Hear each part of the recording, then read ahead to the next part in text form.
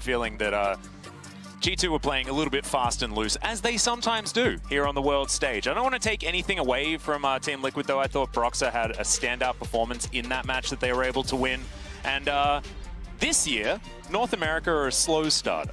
So let's see what we're going to be able to do as we move into the second round robin of this group. Into champion select already here is Camille and Lucian to be banned away. Lucian warranting some bans. That dude does not lose very much on Summoner's Rift, as Ornn and Graves are going to leave. So G2 are doing away with their let's just ban out all of Impact's champions, and they're going to mix things up just a little bit. Yep, and we'll see what the final bans are going to be. It's going to be the Twisted Fate for TL. Yep, similar to what they were banning away last time around, despite the side switch. Lilia to be taken away from Broxah here, so definitely a different look as far as the ban phase is concerned for G2. As let's see whether some of your wizardry is going to come through here for our first pick of the day. Impact thinking about what he wants to go towards. Is Shen is available. Something worth mentioning, something we're not very used to over here in Korea. Yep. But we're used to this one. The set first pick is going to be locked in. The master of flexibility. Flexing absolutely everywhere. Going to open up the draft here. Extremely flexible despite his muscles. Yeah, I know. I was going to say, he's got a bulky physique for such a flexible man. Doesn't seem like a contortionist, but that's okay. Wondering Yankos now, wondering what they're going to be picking up, and it could be. It could be the kitty cat and the croc. They could go towards it, but Electric Bear going to be locked in. And that is going to be a slight difference. Certainly more flexibility, although only between jungle and top lane, as far as we know. The Freylord comp coming in now with the Ashe locked in. I love it. We're a Braum away from like the absolute dream for our first three picks. Sejuani too, why not? Oh, let's do it. I mean, it's Yankos. It could happen.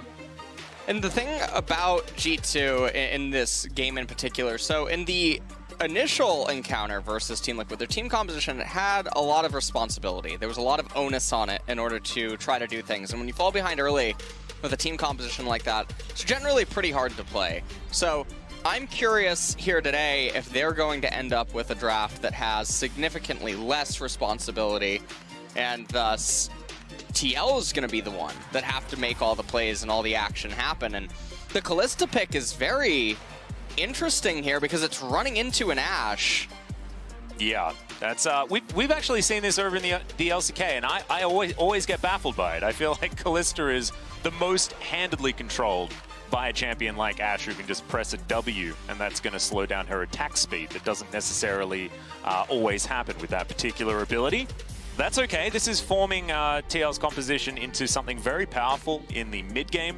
Going to have a lot of pick opportunity with the Scatter the Weak, and of course the Fate's Call to come through there, and also increases the amount of flexibility that Set has in this composition, making support Set the most likely, but he can still go elsewhere on the map, as Caps is going to be locking in the Echo into the mid lane. Of course, one of those inner vacuum counters to the Syndra.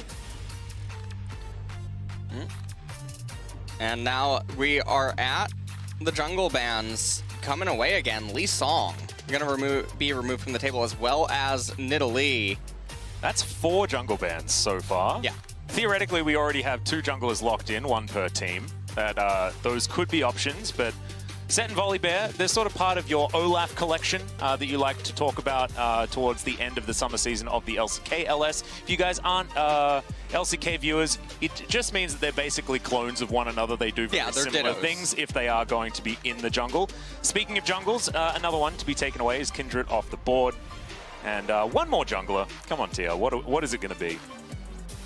As, look, we're digging right into the dregs of the jungle champion pool, and it's getting more and more likely that this Volibear and Set are going to be heading that way. Of course, Echo also another jungler, so theoretically 2 of them on the side of G2, and Aurelia to be taken away here.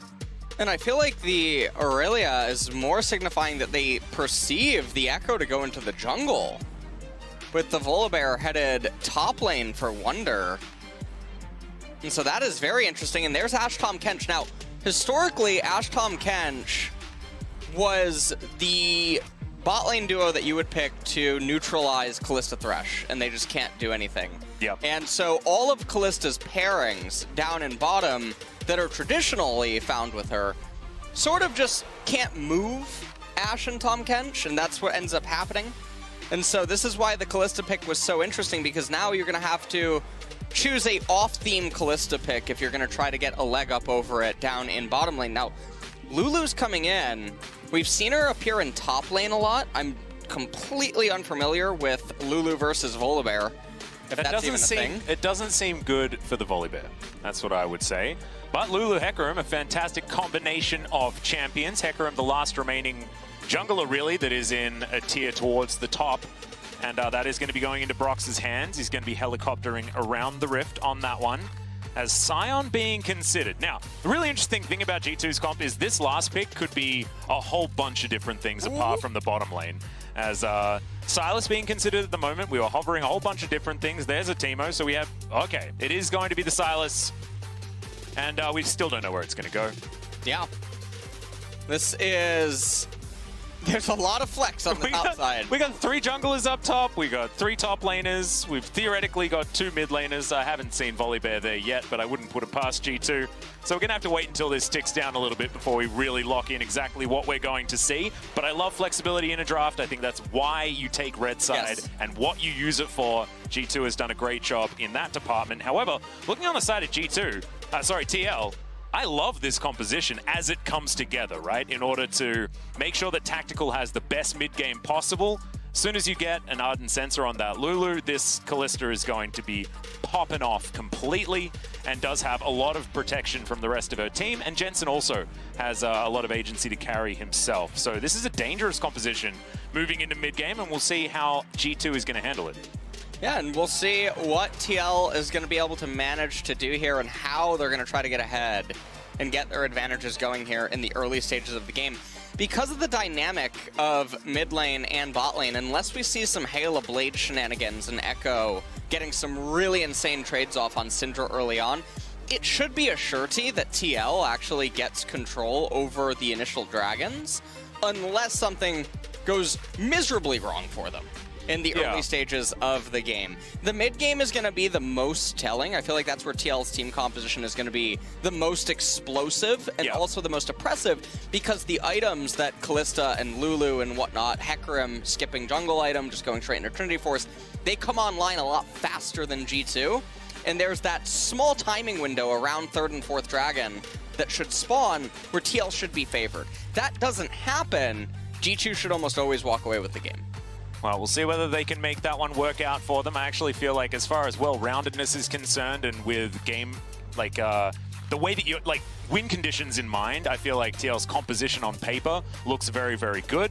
But G2 often throws that out the window when it comes to what actually happens in the game. So I'm very interested to find out what their plan is to try and get this composition actually moving and try to avoid what you say is that explosive mid-game, which is going to be very terrifying. I mean, the amount of wombo, it's like, ease of execution is also on TL's side, right? Like, they just have a horse run in, get really big with a Lulu enchantment, and then things generally work out for them, right? With the hopping mad Kalista and the Syndra. So as far as ease of execution, definitely up there for TL, but G2 can certainly throw some spanners in the works, and there is a lot of skill expression, especially in things like the Echo that we've seen do phenomenal things worldwide. Of course, Knight does come to mind when you mention that champion, and Caps is a superstar himself. So very excited to see how this one is going to go as we get onto the Rift for the first time for the 2nd round robin of the world's group stage.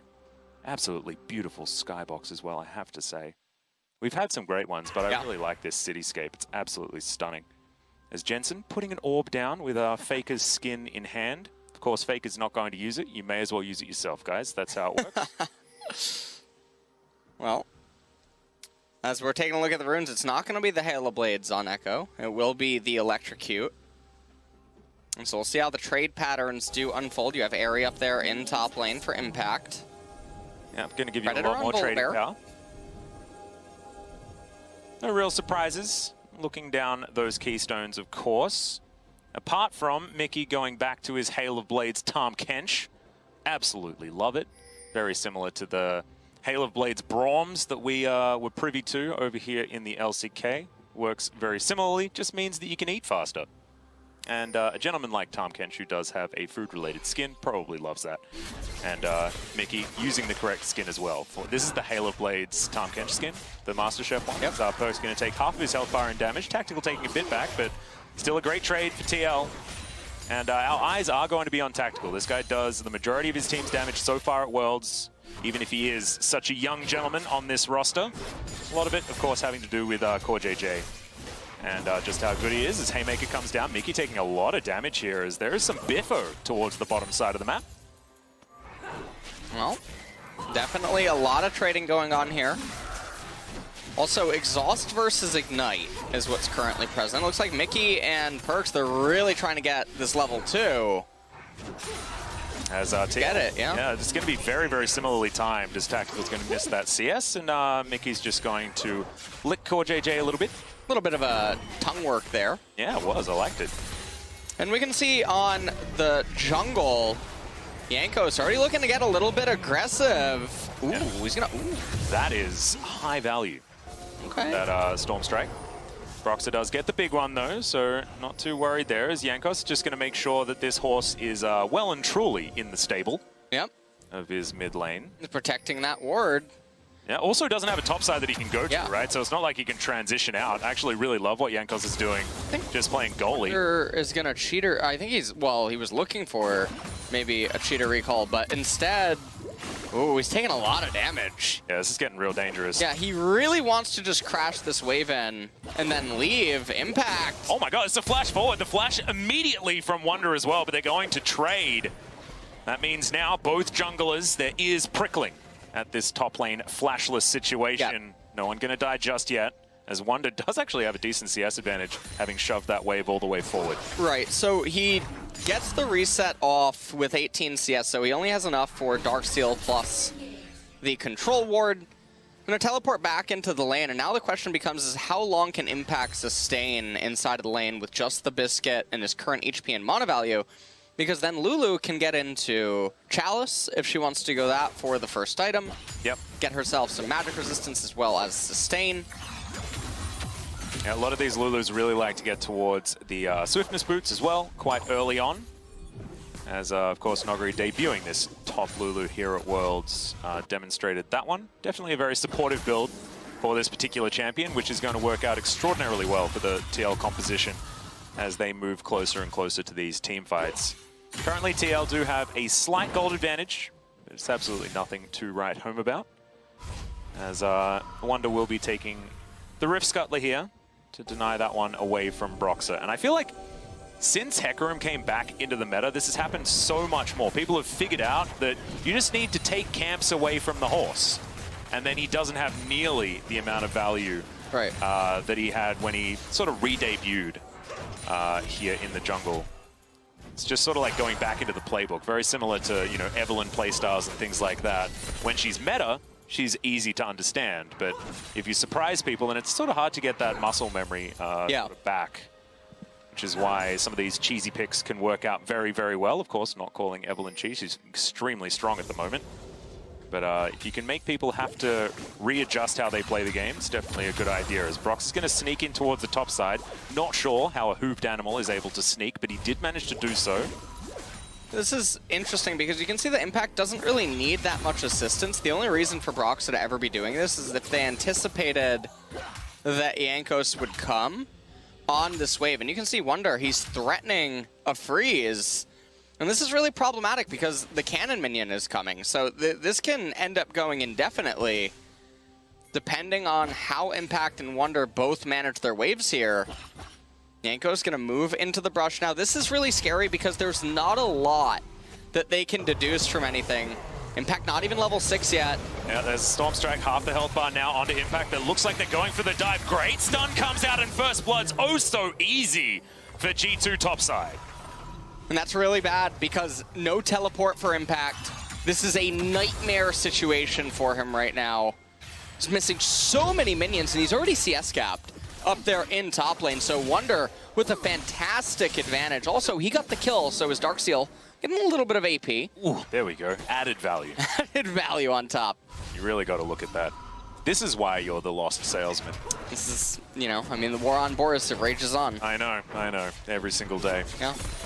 As Mickey and Perks back down to here towards the bottom side. In fact, there are a couple of members extra for G2 as the slows down onto Core JJ. Immediate flash out from Tactical. Ooh. He's down to 2,500 health, but they turn it onto Mickey and grab that kill. Tactical's definitely dead, but he'll be typing worth in all chat, absolutely. After that trade, especially with the amount of resources invested by G2. Yeah, and Core JJ able to retain both of his summoners as well during this. Jensen, now as we take a look into mid lane, he has a little bit of an XP advantage, it seems, over Caps. Not super big. Well, Cap's actually going to go aggressive here as Wonder comes around. Broxah a little bit late to this party and only level 5. As Caps is going to successfully get the flash out of Jensen. This could really make things difficult in the mid lane as Brox is going to try and push the Rift Scuttler away from Wonder. Ooh. Okay, looking for a bit of an engage here as Broxah. Didn't expect him to kill him, but he is going to be able to get that smite off. Bit of health back and also the extra money the Rift Scuttler will provide. But an onslaught of shadows now available for the Sylas, which is very frightening.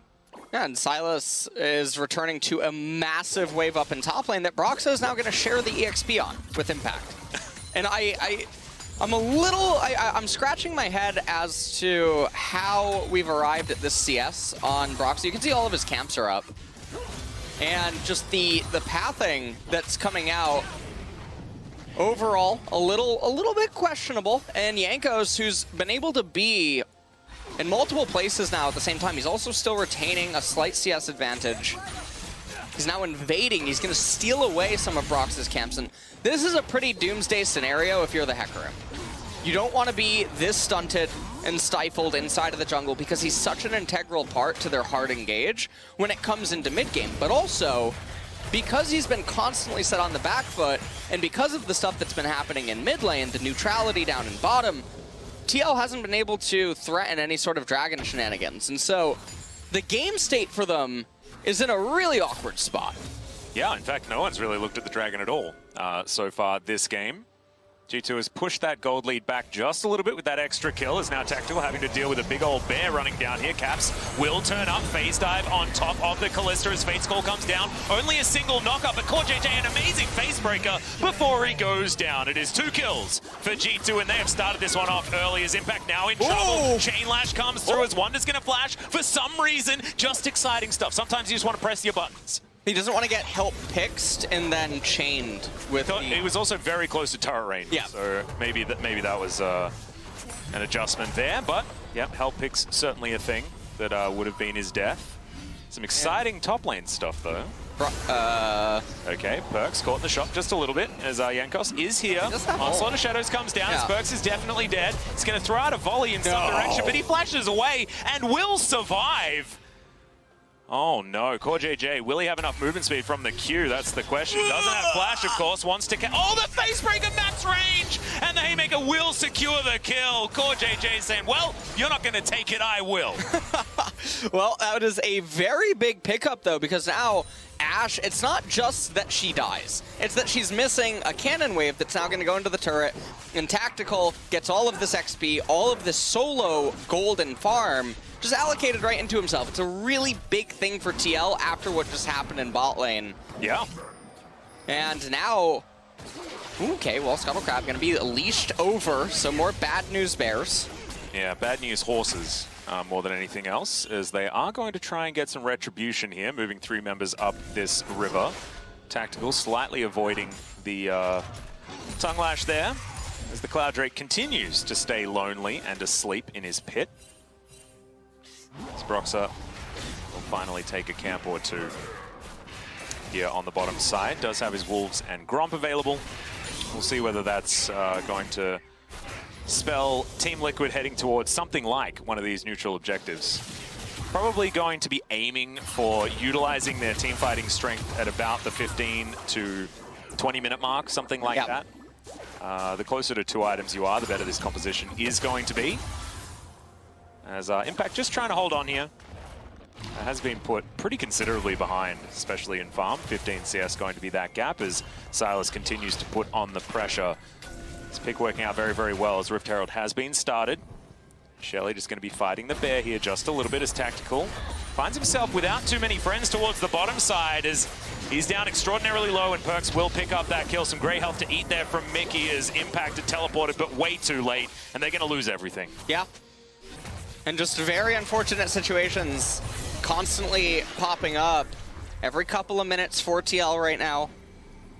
All the small little edges that they do get at some points in bottom just end up falling away pretty quickly again. G2 now, they're going to take the turret plates. They have the Rift Herald. They're going to be able to summon it. It just looks like what's happening this game is that it's pretty much a lane kingdom everywhere. At mid lane, you can say that Sir Jensen is ahead in CS while he's supposed to be. Yep. As well as Caps has gone places to make things happen.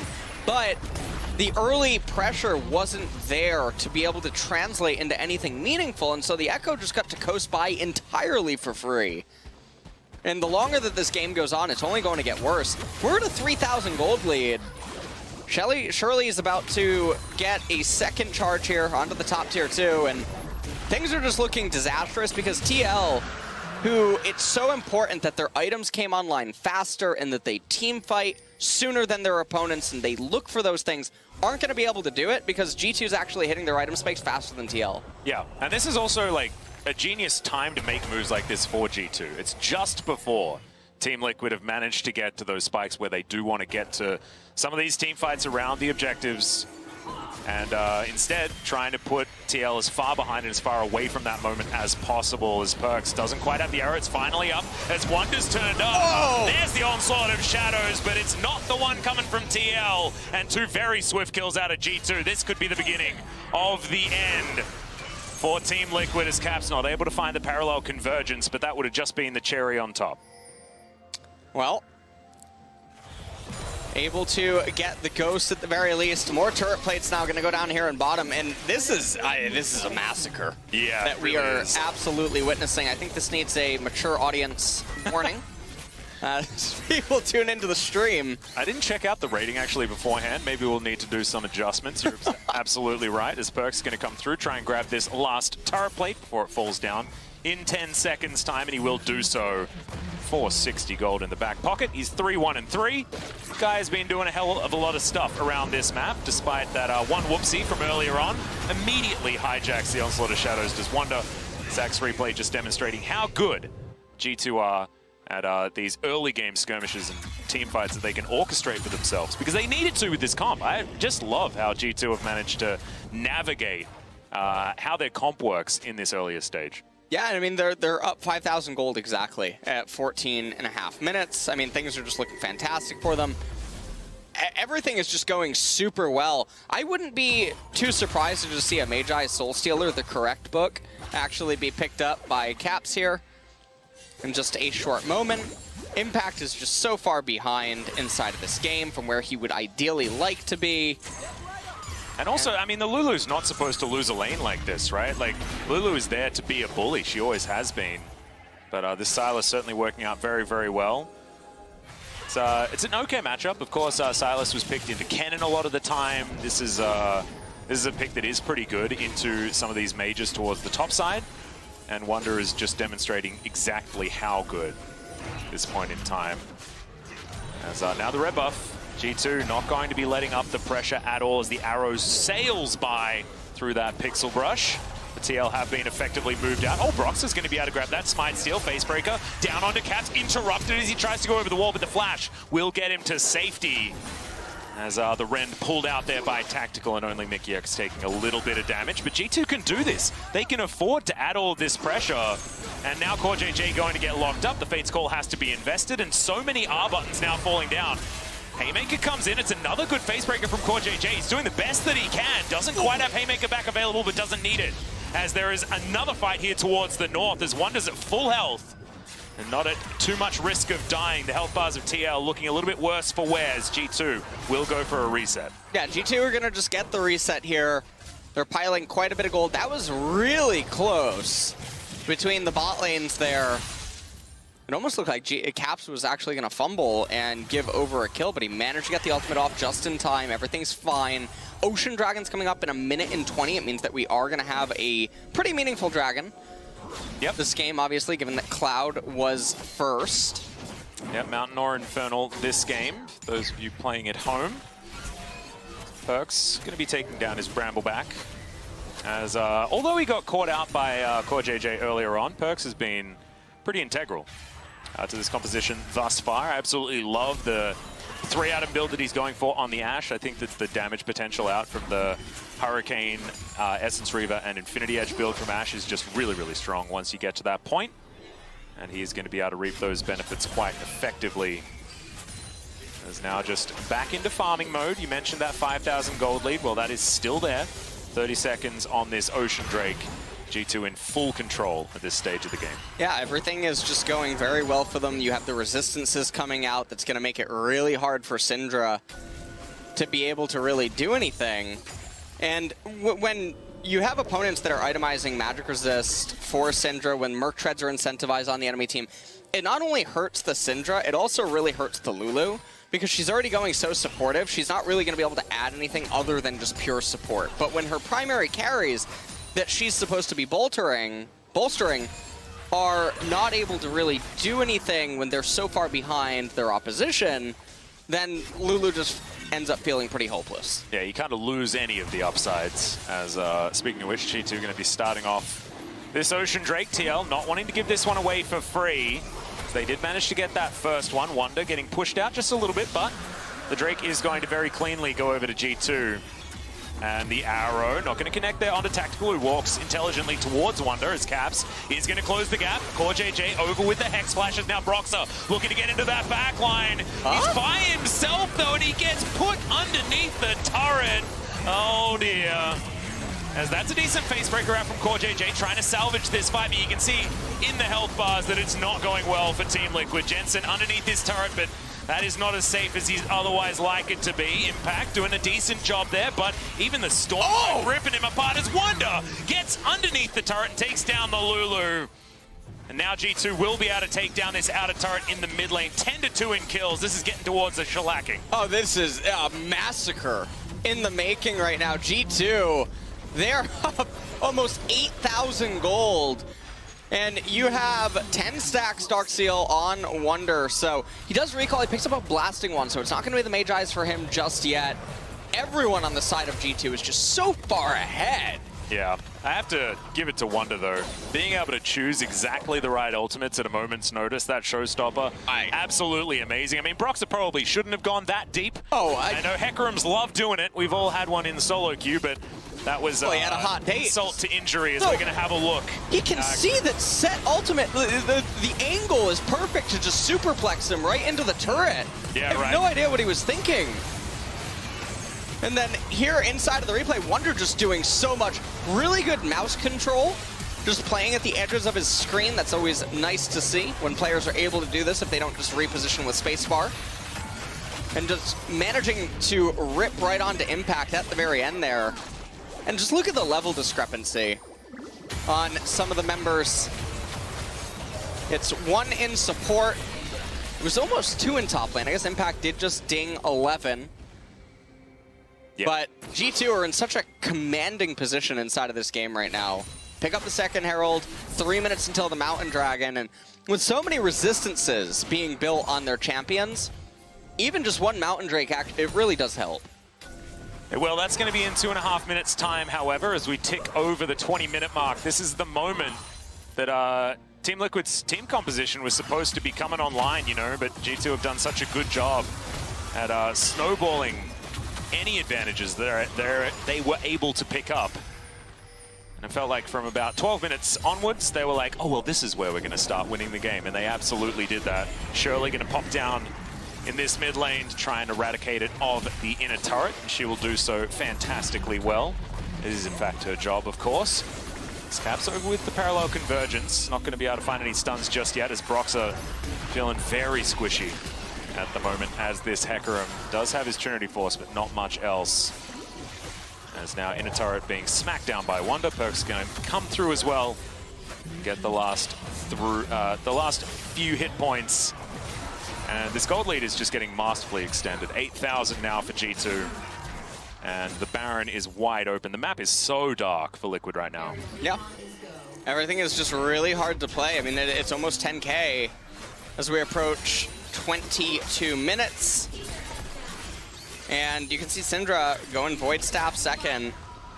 So trying to get a little bit of penetration so that she'll deal more damage, but she has Merc Treads herself. And that's not a super good feeling to have right now inside of this game. The item difference, I think, can be epitomized by having a look at tactical versus perks. Yeah. A couple of daggers and a Blade of the Ruin King versus Hurricane, Essence Reaver, a cheeky little null magic mantle because why not? And a BF sword. Best friend sword. Yeah, that is. Yeah, that's a I want to leave the game soon sword in this particular one, as that is demonstrating exactly how far ahead they are. Well, QSS on tactical. Okay. All right, because well, I feel like if he's having to QSS, the game's already over at this point. Well, I think there is a lot of CC coming out of G2, especially having a look at that Ash Arrow if he is hit by one, and it's going to be a rough time. And no cleanse on the Callista was an interesting choice anyway, but now at least he does have the itemized version. And Core JJ not going to be building Mikaels or anything like that anytime soon. Could theoretically be a third item for Impact, but he's struggling to get towards the second just yet. As G2 will have a Mountain Drake to pick up if they'd like to after this, but looks like this inner turret in the bottom lane is going to be their first port of call. As Broxah taking some poke from Wonder. I say poke, I mean that's a third of his health. As Leandri's has been completed. Boris not welcome over on G2's side by the looks. Yeah, he's seething. Yeah, right now, for sure. He's a little bit upset. He got new inventory in, but we're not seeing it here today. Well, the arrow is going to majestically sail Brownie's comment towards the west. See whether that comes through from the eastern side in a little while. Always wondered whether Runeterra is a sphere. Do you believe in flat Runeterra, or are you? Oh, Runeterra is a globe. Yeah. Okay, there we are. Just so you. Look, I was just wondering. It might be like Discworld or something like that. Read into that particular part of the lore. As Team Liquid in the Fnatic brush here for a moment, but it looks like a reset is where G2's minds are at. I'll just replenish their wards that they have in their inventory. You can see Mickey X coming out with a full stack of regular wards and a couple of controls, just to try and start establishing some Baron control here at 24 minutes into the game. And I really like that G2 they're taking the game really slow. They know that with each minute that passes, everything just gets better for them. That's just what ends up happening. And they're moving very slow and steady. Mountain Soul will end the game. There's going to be no chance for Hecarim, Syndra, and Lulu to chew through anything. Callista even is just going to be hitting a wall, essentially, with all of her auto attacks. And G2 know that's the inevitability, that they can just keep gravitating towards. So unless TL feel like they need a hot date, I imagine that we'll have a Baron dance, and if not, then maybe a fight at the next Dragon. Yeah, it's going to need multiple miracles on TL's side. One will not do.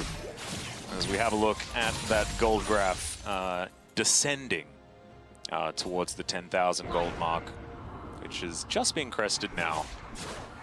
As from about 12 minutes, G2 have just been able to choke TL out of the majority of their resources around the map. It has been a very, very good lesson on suffocation of an enemy team and capitalization of power spikes as well here from G2.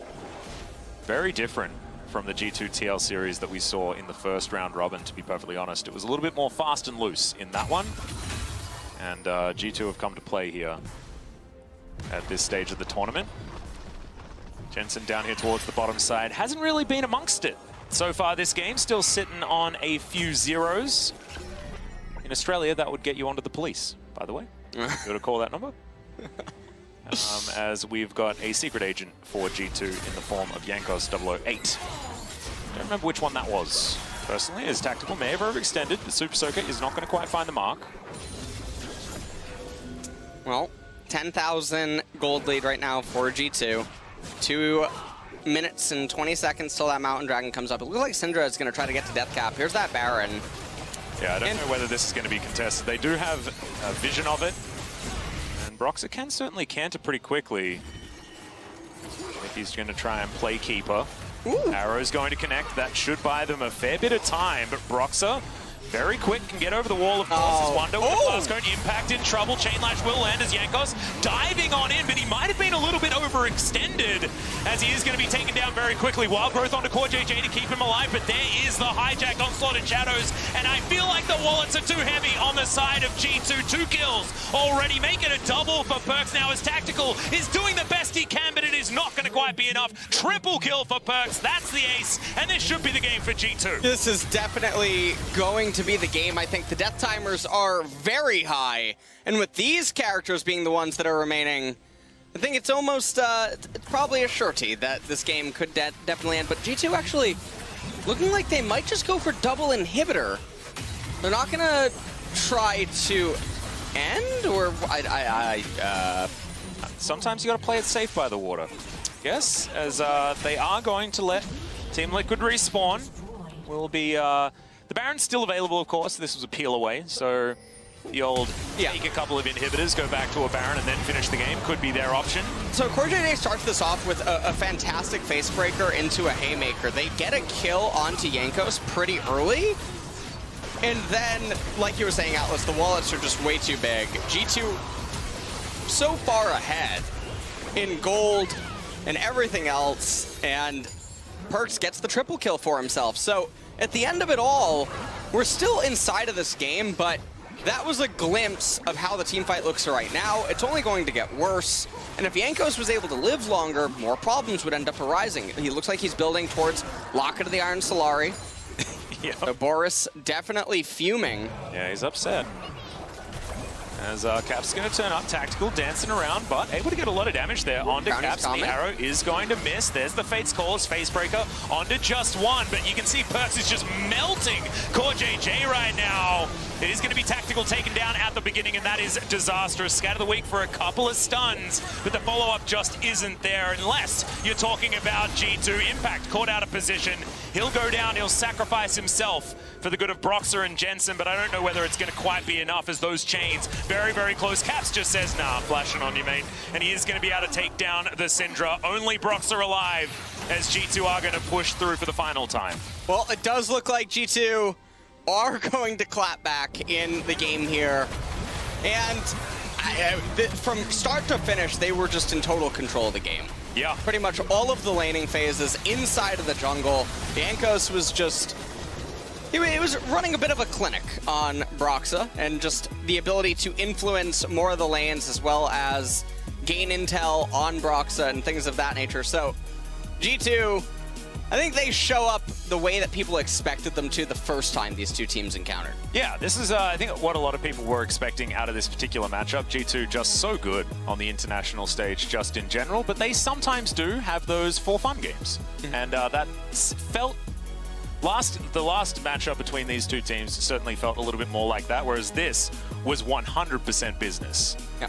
This was a G2 that, despite the fact that there were certain positives about the TL draft, G2 were just able to dissect it, and they decided, okay, we need to make sure that we stop the Hecarim from getting any farm. Check.